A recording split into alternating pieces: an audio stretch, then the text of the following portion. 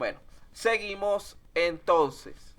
Vean lo que tienen allí. La EDT lo que hace es distribuir el trabajo por niveles y cada uno de esos niveles tiene actividades más simples que el anterior. Esto es una especie de mapa mental estructurado a través del cual se fracciona el proyecto en componentes más pequeños con el fin de simplificar su planificación.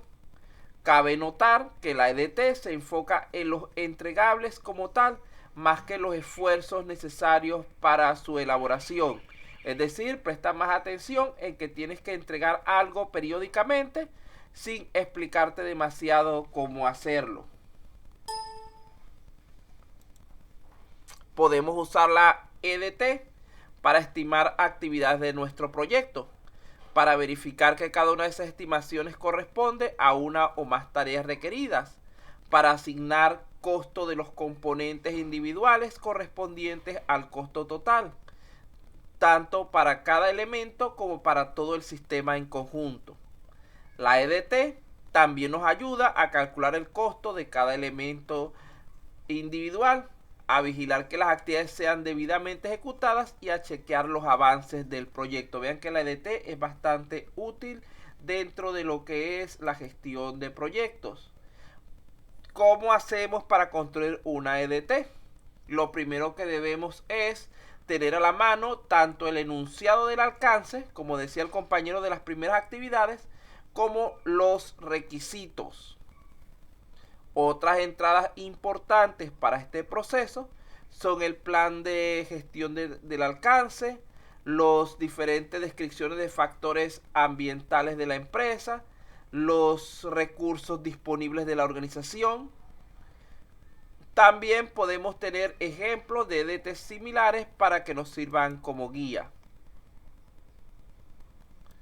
Entonces fíjense que primeramente definimos el alcance del proyecto, luego generamos una estructura de desglose del trabajo y posteriormente esto nos va a llevar a generar un cronograma de trabajo. Todo esto va dentro de lo que es la fase de planificación o planeación.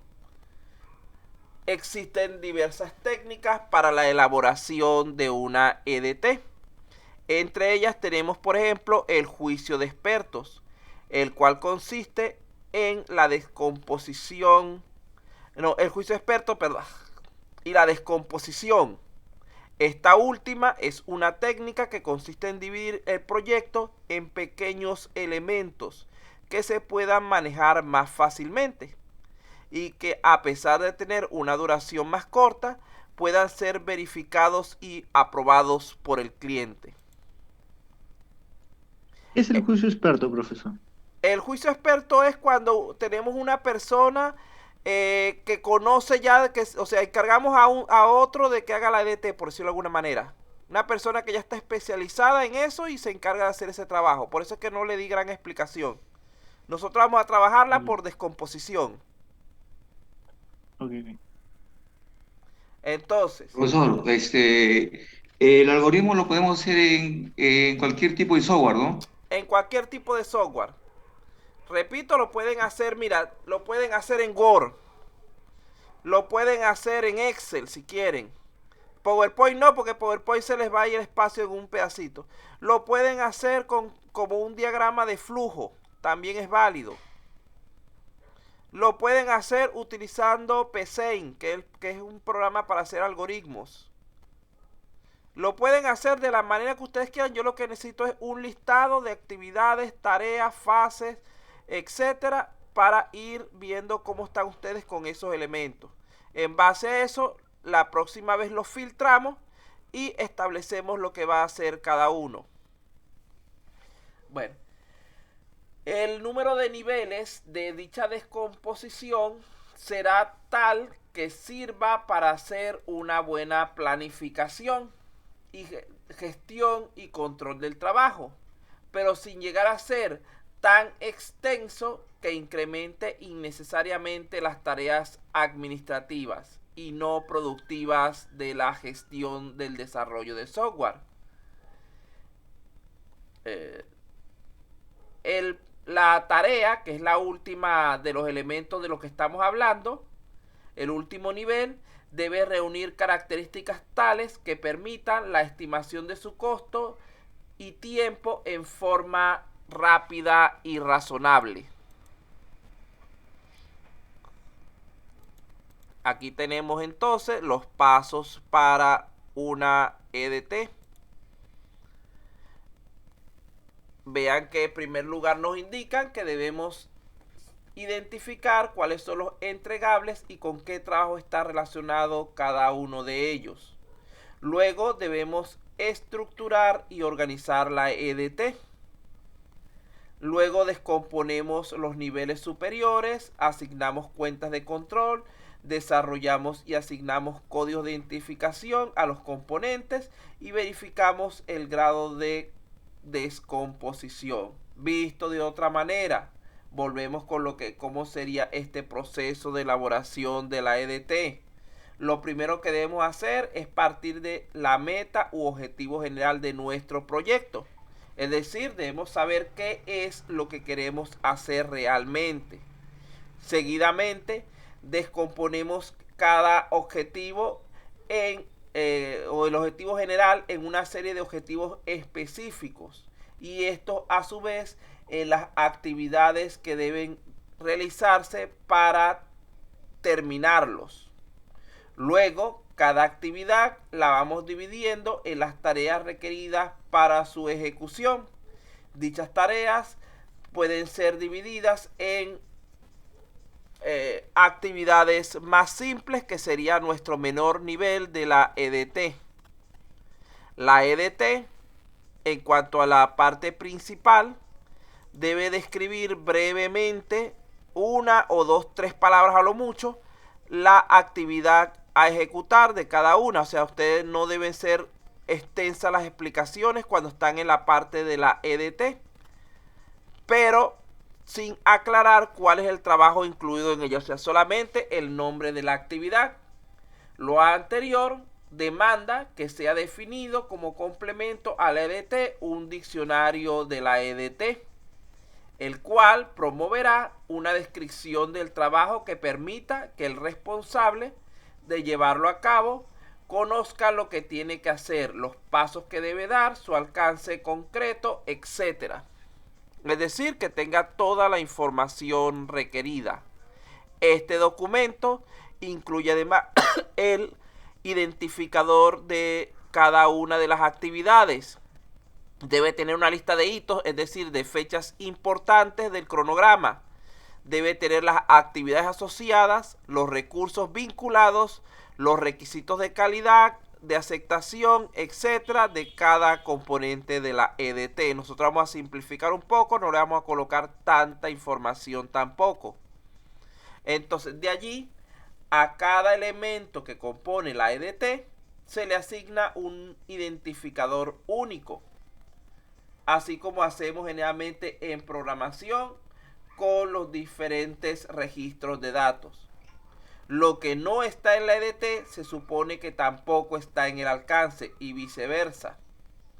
Cada componente de trabajo debe aparecer solamente una vez, procurando evitar cualquier tipo de duplicación.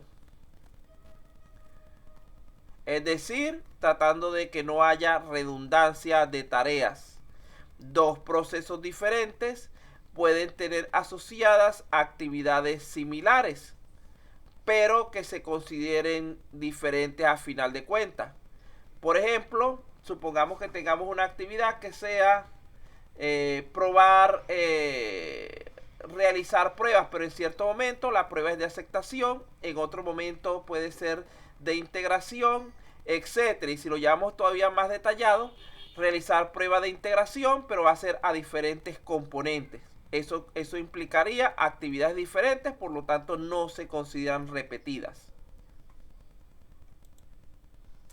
El número de identificación no necesariamente es el mismo que se va a aplicar a lo que es el control de costos. Pueden ser diferentes. Los componentes de la EDT por debajo de las cuentas de control con contenido de trabajo conocido, pero sin actividad del cronograma precisa, reciben el nombre de paquetes de planificación o actividades, es decir, son las unidades mínimas de la EDT, es decir, lo que está más abajo en su esquema. Las cuentas de control se emplean en niveles intermedios como elementos resumen a efectos de la gestión de costos. El líder de proyecto es el responsable de elaborar la EDT.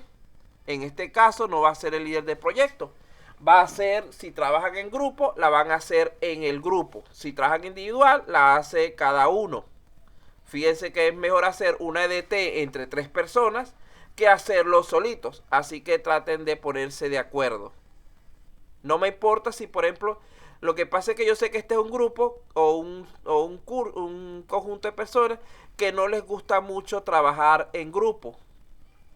Porque creo que aquí hay varios alumnos que vieron clase conmigo anteriormente y las veces que he tratado de organizarlos en grupo nunca han llegado a acuerdos. Entonces los que quieran trabajar en grupo pueden trabajar en grupo. Los que no trabajan individual también es válido, pero debo estar consciente de cómo va a trabajar cada uno para ajustar la evaluación a la manera que resulte más adecuada.